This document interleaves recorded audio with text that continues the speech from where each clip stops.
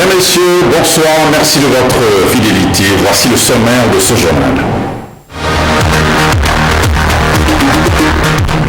La disparition d'un géant, Émile Vermin Zinsou, à 98 ans, l'ancien président de la République, a tiré sa révérence. Personnalité politique et citoyen ordinaire lui rendent hommage. Dossier complet dans un instant. La carte universitaire publique passe à 4 pôles de formation. 2 ministres du gouvernement étaient face à la presse cet après-midi pour une séance d'explication.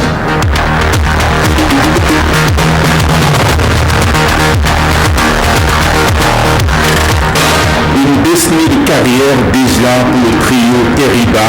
Les 3 ambassadrices de la musique béninoise veulent marquer une carte spéciale leur 10e anniversaire de scène. Elles annoncent une série d'activités.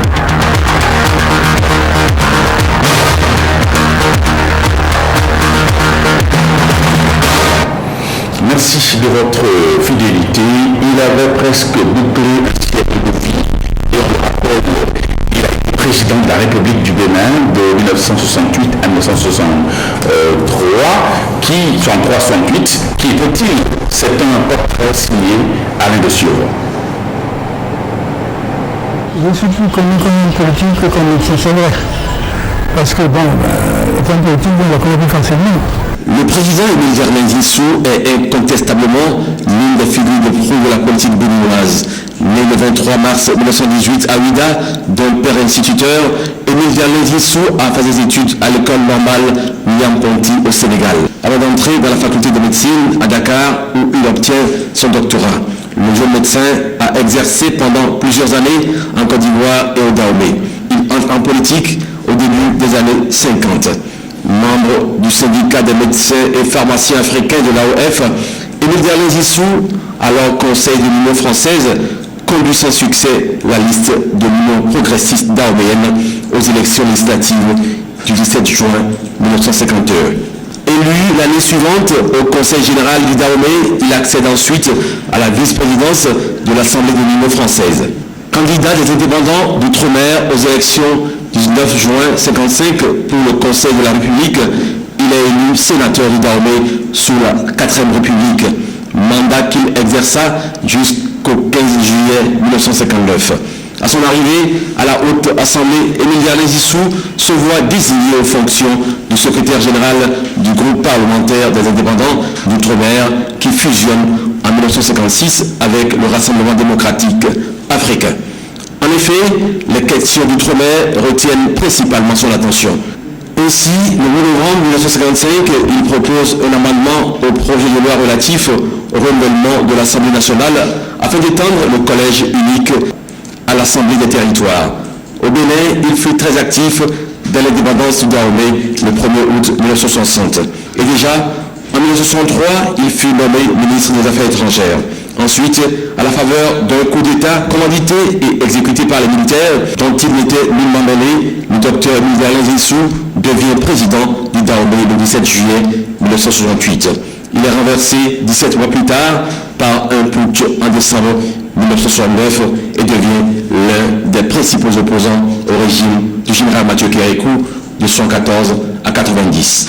Le 16 janvier 1977, une tentative de coup d'État dirigée par le mercenaire français Gilbert Bourgeot, alias Bob Denard, échoue. Émile Vermin Zinsou a été accusé d'être mêlé à l'opération qui visait à renverser le régime marxiste-léniniste de Mathieu Kérékou. Émile Vermin Zinsou a toujours nié toute participation à cette opération.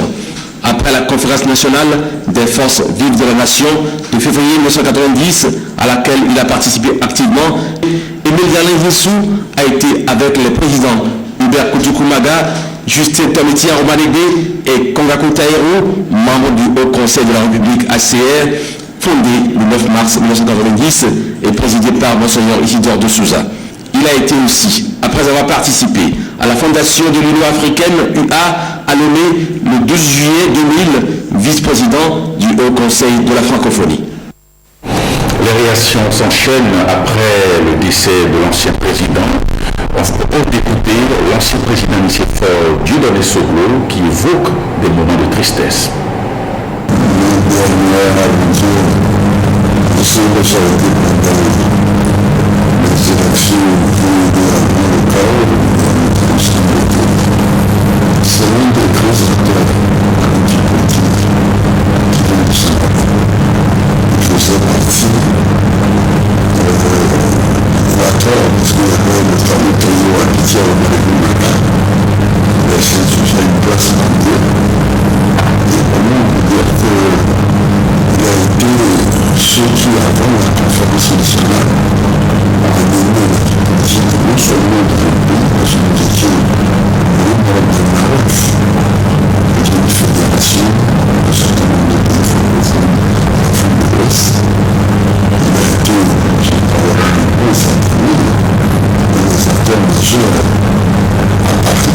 Il était, à Versailles. Il était à l'Assemblée de l'Union française. Il y avait le Parlement à Paris. Il y avait l'Assemblée nationale, il y avait le Sénat. Mais il y avait l'Assemblée de l'Union française à Versailles. Il était un des acteurs majeurs de la Focale de l'autre. Vraiment un acteur majeur de la renaissance de notre continent sénégalais.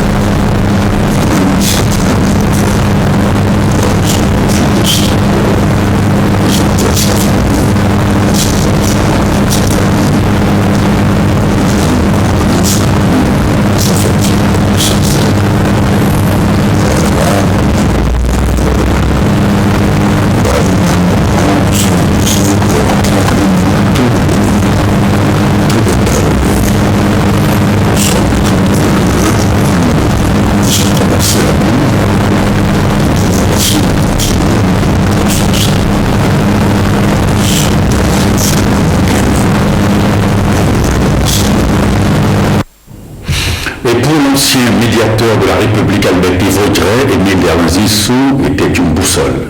On écoute. À cette veille d'indépendance, de célébration de veille d'indépendance, un grand nous quitte, nous dit au revoir.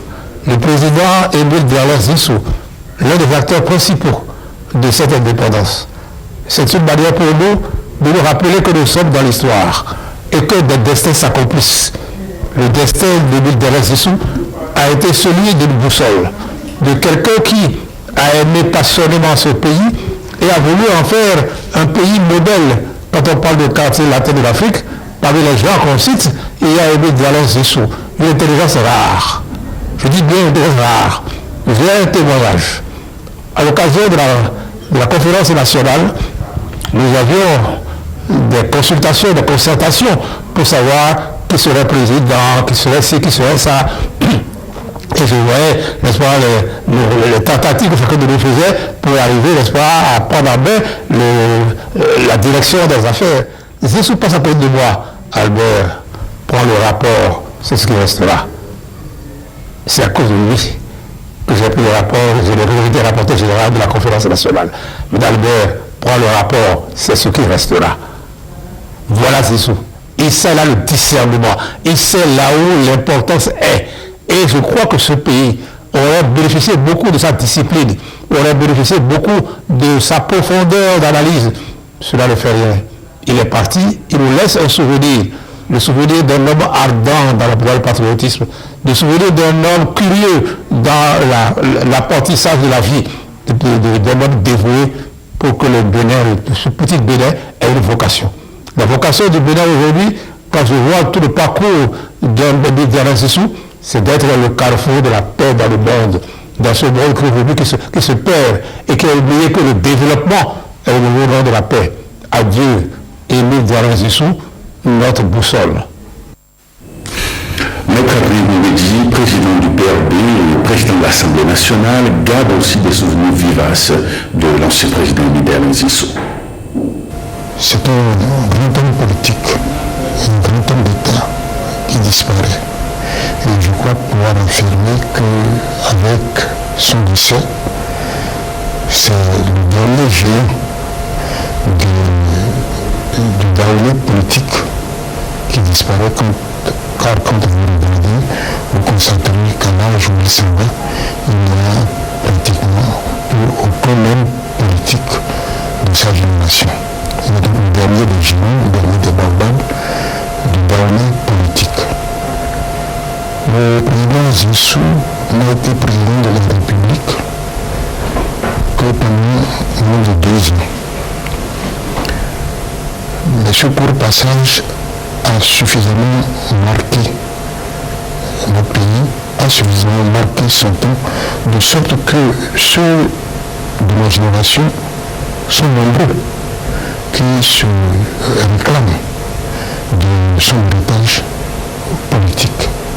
C'est un grand combattant, un grand lutteur politique, et je crois que le domaine de la démocratie doit beaucoup au combat qu'il a mené, au sacrifice qu'il a consenti, car il n'était pas aisé à cette époque-là de lutter contre le PPB, c'est-à-dire un régime marxiste-léniniste, militaire de surcroît, dans un contexte de guerre froide, où notre pays était évidemment tiraillé par cette opposition entre le monde occidental et le monde marxiste-léniniste. Et il a mené ce combat, il a fait ce combat, avec bien sûr les aléas que cela comporte, et nous pouvons dire que notre démocratie aujourd'hui est aussi en grande partie le fruit du combat qu'il a mené.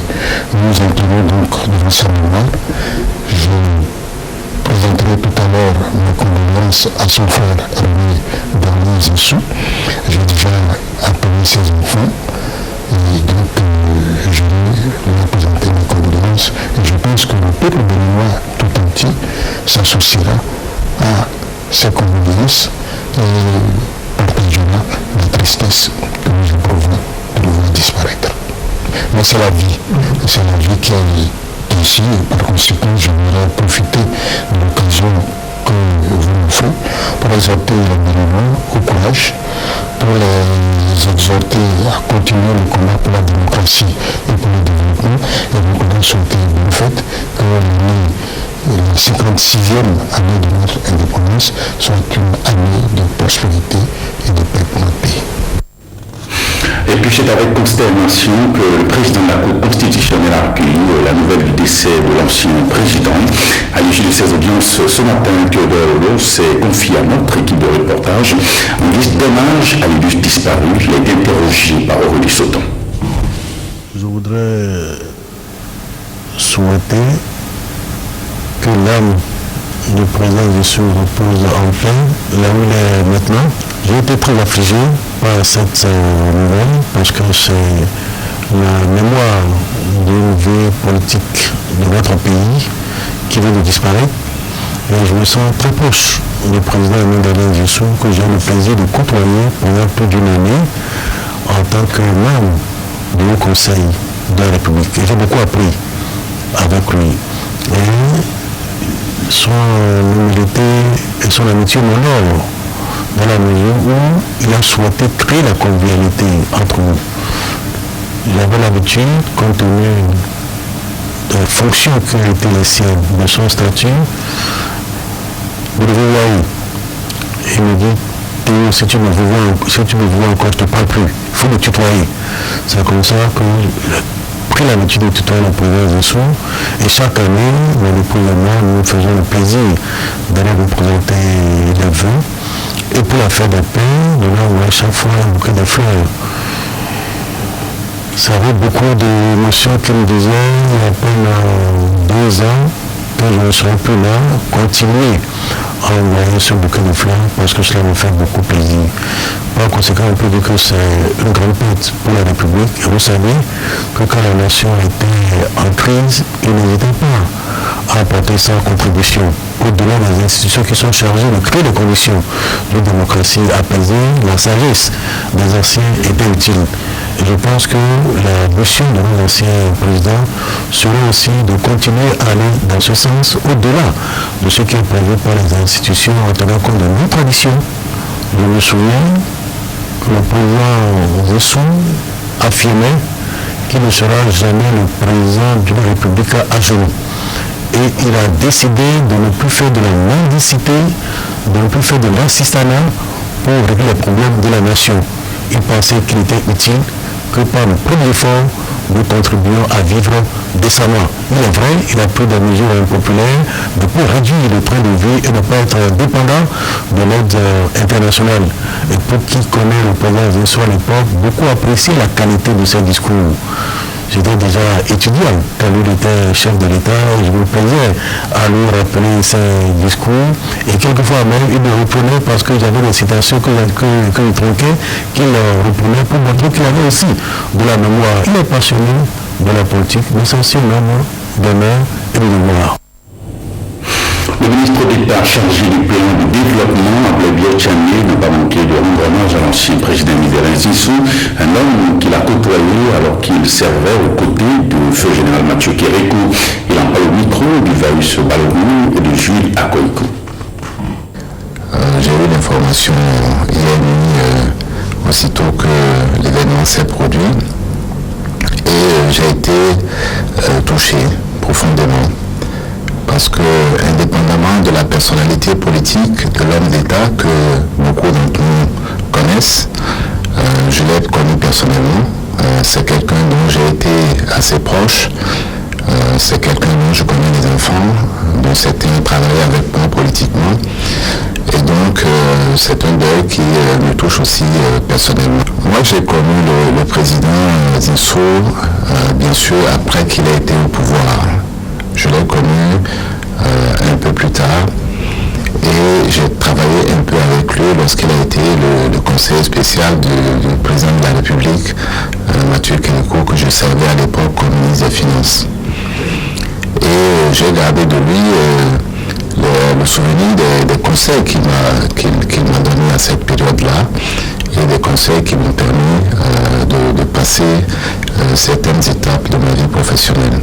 Ça a été très important pour moi et aujourd'hui qu'il passe cette frontière, je veux l'en remercier et me souvenir de ces bons moments. Et puis nous vous proposons maintenant de suivre les réactions des citoyens rencontrés aujourd'hui dans les rues de Cotonou au micro de Marie-Louise Perrin. Le président Mibéren Zinsou fut un grand homme pour ce pays. Parce qu'il a été un président que l'on a jugé dur de par le Zinsou Takwe. Il a apporté beaucoup au pays, surtout lors des différentes élections. Il essaie de donner son point de vue, d'orienter un peu la jeunesse. Non, mais il a fait beaucoup pour ce pays. Mibéren Zinsou a fait beaucoup pour ce pays. Il a été président de ce pays. Je crois qu'il a été un président qui a fait plus que tous les autres. Il a vécu plus que tous les autres de son temps. Donc je pense que tout le monde doit mourir et on doit vraiment prier pour lui pour que la paix lui soit légère. Depuis hier, je suis dans une dette totale. Parce que je peux témoigner l'homme, j'ai eu la chance de le collaborer depuis 2006. Depuis 2006, à l'arrivée du président Yahi Boni, et sincèrement, j'étais à la tête d'un groupe des émigrants où il nous a reçus comme ses enfants. Vraiment, l'homme, sa disparition m'a beaucoup choqué. Sincèrement, le Bénin vient de perdre encore l'un de ces hommes de pilier. Nous pleurons tous. Zinsou, je ne veux pas dire que c'est un homme simple. À partir du moment où, vous savez, ce Bénin-là était dirigé par des têtes qu'on appelait en son temps monstres à trois têtes. Zinsou, une fois installé, a imposé l'impôt forcé. Même les femmes qui ne sont pas fonctionnaires en son temps devaient payer l'impôt. Et quand la femme n'est pas capable de payer l'impôt, le mari doit payer son impôt et payer pour sa femme. Si tu n'as pas l'argent pour payer, on te ligote les deux mains, on t'envoie en prison. Voilà, Zinsou n'a pas laissé un souvenir qui est bon, que le Béninois peut apprécier aujourd'hui. Si les gens ne connaissent pas l'histoire de Zinsou, qu'ils se cachent. Zinsou a été une référence après les indépendances pour notre pays. Quand nous avions été libérés, est-ce que nous avons des ressources pour payer les fonctionnaires? Nous n'avons pas. Mais Zinsou, ayant pris le pouvoir en 1968, a créé la Sobemap. Le Bénin dit qu'il a indépendance, mais nous n'avons pas de ressources. Que faut-il faire? Il faut les impôts, la fiscalité. D'où d'où soit sorti l'impôt pour que l'économie, la caisse, que le Bénin commence à avoir sa propre caisse et qu'il ne soit pas une caisse dépendante des colonisateurs. Comment on appelait l'impôt? On l'appelait l'impôt en ce temps dans notre langue vernaculaire, c'est sous Takwe. Et c'est sous Takwe, c'est soit dit, c'est sous Takwe, c'est sous Takwe, c'est sous Pomewenoya. C'est sous Takwe, à Hosuba Mewenoyi, Benozeblo Alina. Il a fait des voies, des choses là avec, il a investi l'argent là pour qu'on fasse des infrastructures. Quelqu'un de ce genre qui est né le 23 mars 1918, qui a pris le pouvoir en juillet 1968 et qui a été pourchassé et renvoyé du pouvoir en décembre 1969 et qui est décédé en juillet 2016 est une référence et une icône qu'on ne peut jamais oublier. Et puis les réactions qui viennent de l'intérieur du pays, précisément à Parakou, nous avions interrogé sur place quelques sages de la ville qui rendent hommage à l'ancien président. C'est un sentiment de consternation. Un grand homme comme ça, sur le plan politique, il se passe vraiment un bonbon qui tombe. Il a bénéficié de la bourse pour aller à l'école de médecine de Dakar. Donc il est sorti médecin africain. C'est en temps qu'il a été affecté à Niki pour remplacer le blanc qui était au niveau des sous-préfectures, dans la préfecture des sous-préfectures. Le service stratégique était gardé par les blancs. Donc à Niki, c'était un blanc qui était médecin chef là. Et c'est ici qu'il est parti le remplacer. Bon, quelques années après, on voyait le médecin chef, combien d'années il a passé à Niki, et on l'a réaffecté encore au sud de Port-Novo. Pour moi qui l'ai connu, c'est le premier modèle. Nous, Daoulé, là, devenus béninois, nous n'aimons pas ce qui peut nous avancer, nous faire avancer. On n'aime pas ça. Les Béninois n'aiment pas payer l'impôt. Les Béninois aiment tricher. C'est ceux qui a dit de payer impôt. Femmes, hommes, ils devaient payer impôt. Ça fait que ces confrères du Sud vont surnommer Zessou Takwe.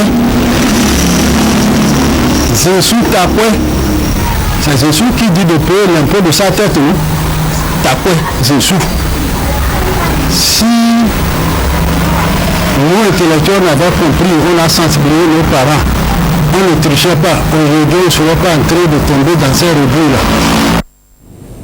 Nous proposons maintenant les réactions des populations de Djougou à la suite de la disparition de l'ancien président Bénédicte Zissou. Un choc sérieux.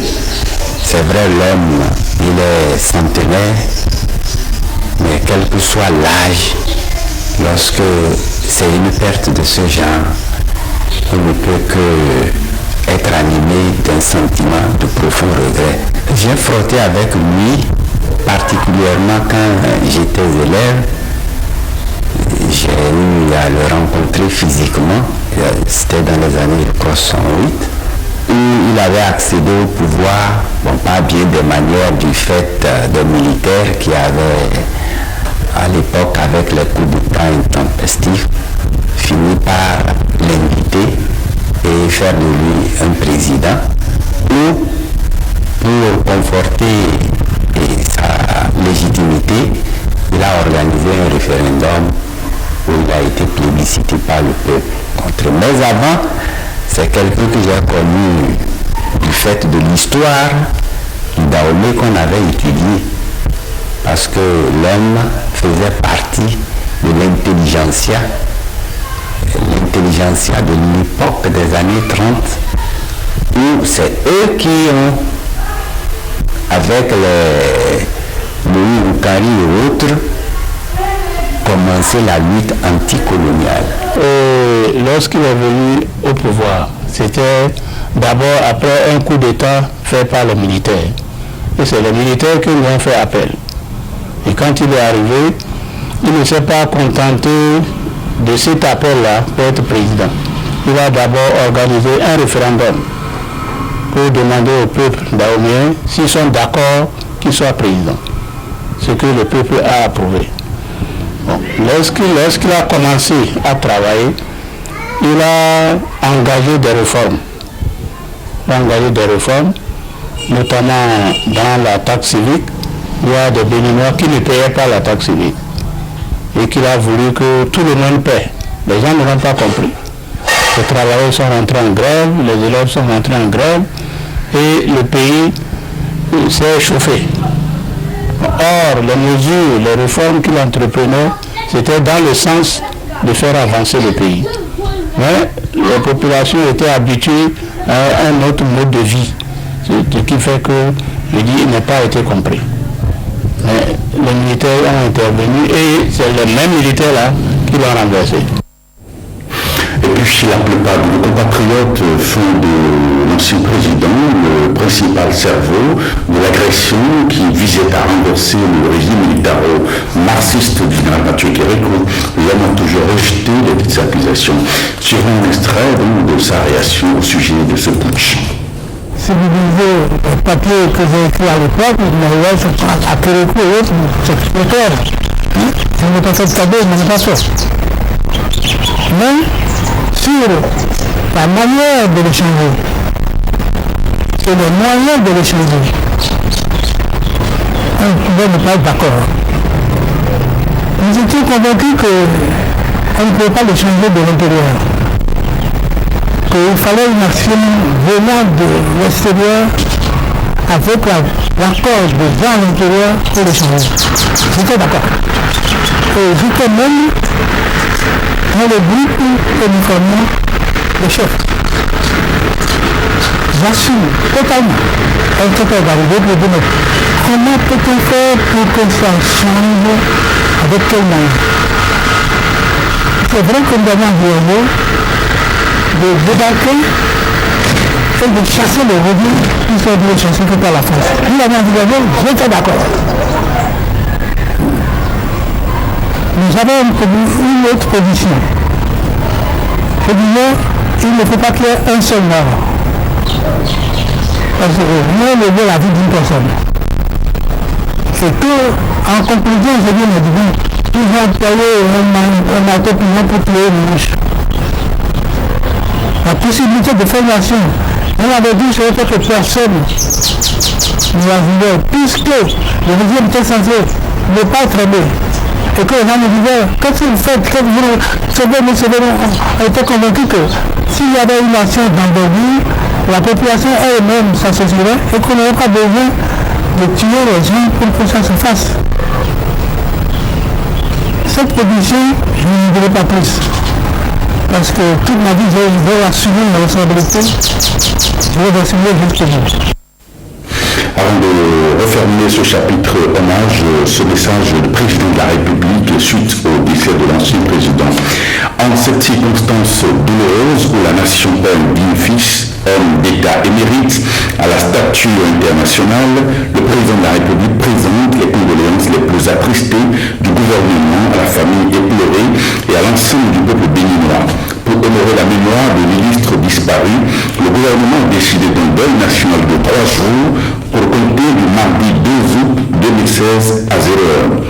Pendant cette période, les travaux seront mis en berne sur l'ensemble du territoire national. En outre, un livre de condoléances sera ouvert au ministère des Affaires étrangères ainsi qu'au niveau de l'ensemble des postes diplomatiques et consulaires de notre pays. Les informations relatives aux obsèques du président Émile Zissou seront rendues publiques après concertation avec la famille de l'illustre disparu.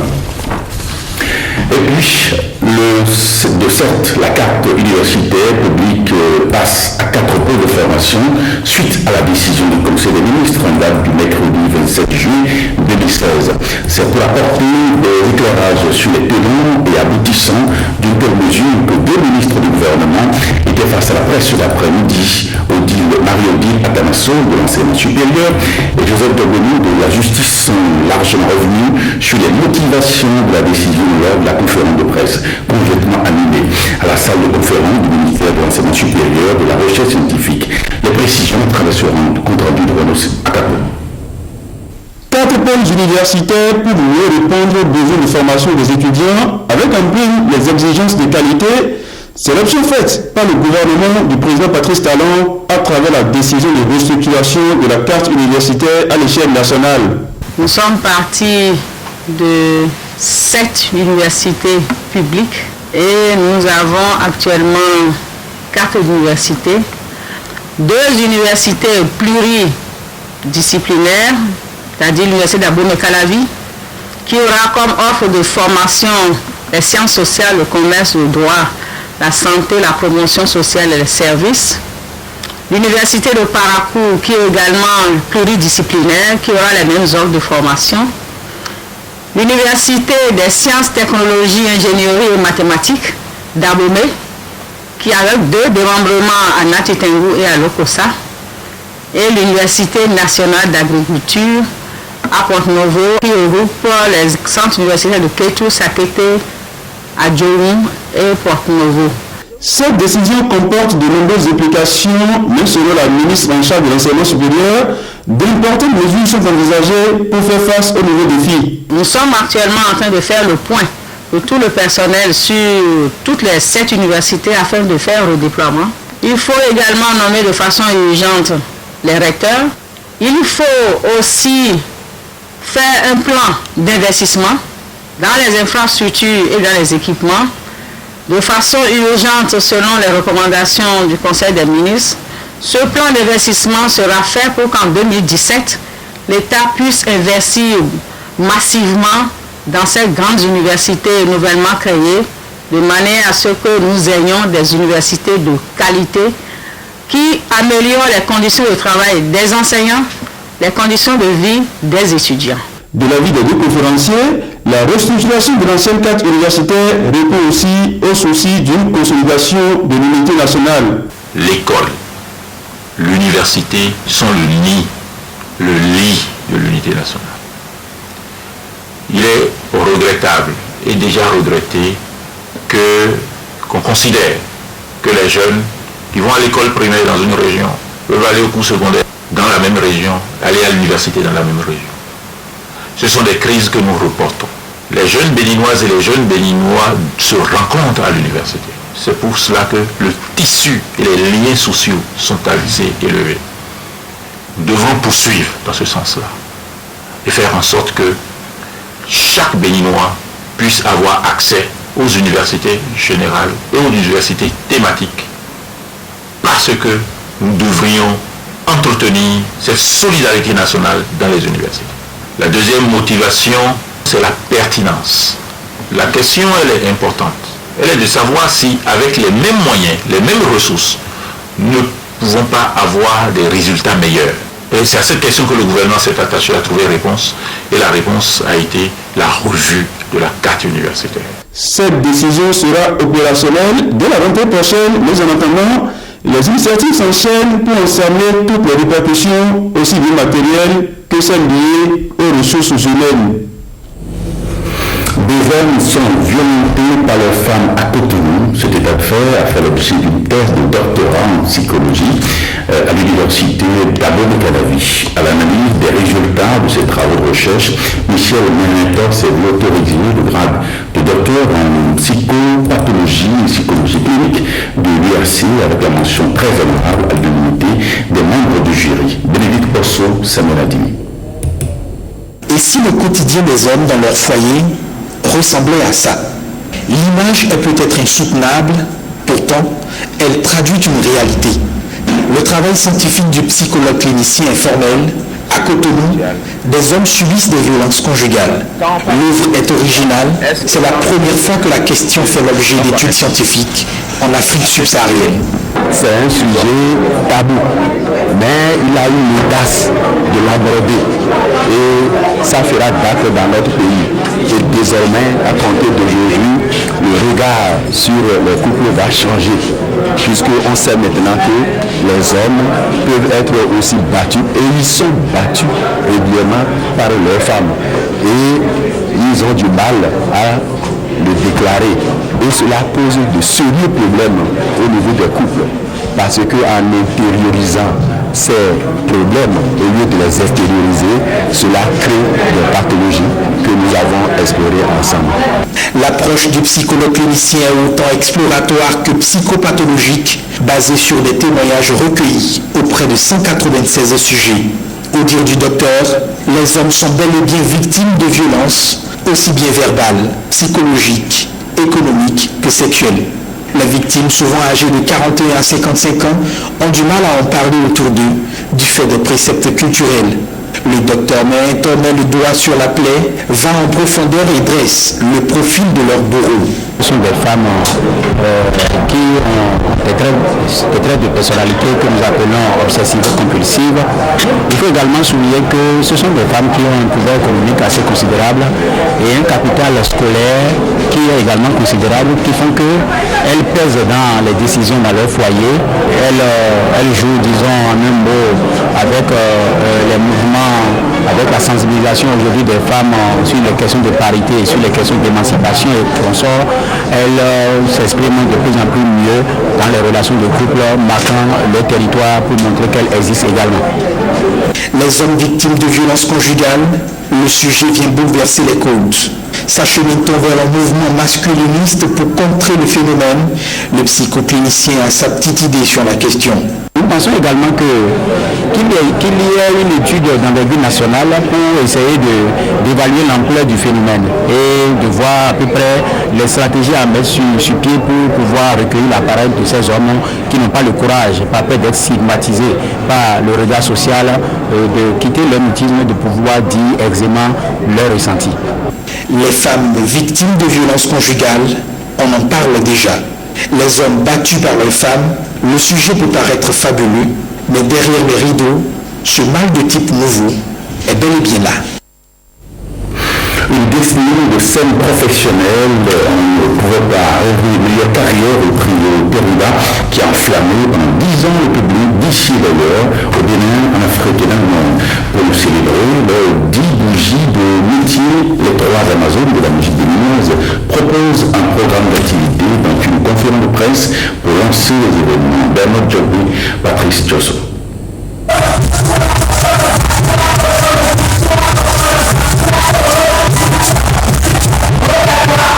Faire danser la diva Angélique Kidjo, Tatiana Zekiata et Karine l'ont réussi au Festival de Jazz de Montreux en Suisse où le trio Teriba était du 6 au 12 juillet 2016.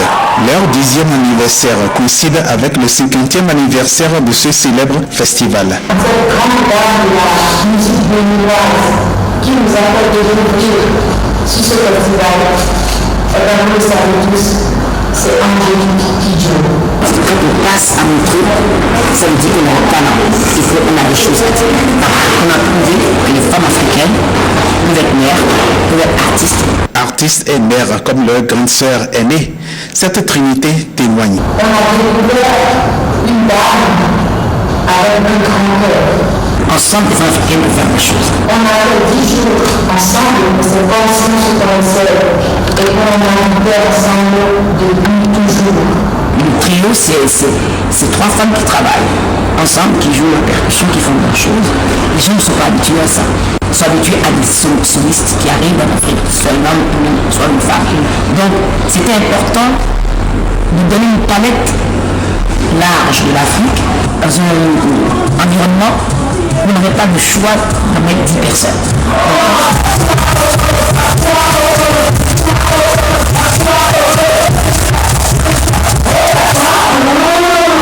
Ce n'est pas fini. Leurs prénoms endogènes au cours, Kike, Olade et Folake, reçoivent des lauriers d'ange. 10 ans avec les conditions dans lesquelles on travaille en Afrique, je vous tiens mon chapeau. Teriba Art du trio Teriba, en quatuor avec l'archangélique vedette Kidjo. Et bien, on va donc séparer quelques informations. Vous suivrez juste après le journal, en hommage au président Émile Berlin Zinsou, décédé, le documentaire Émile Berlin Zinsou, l'incompris, puis la finale du concours King Voice et le feuilleton Les choix de l'amour et Winbeck. Retrouvez cette édition sur le site de l'ORTB, www.ortb.dj. Merci et à très bientôt.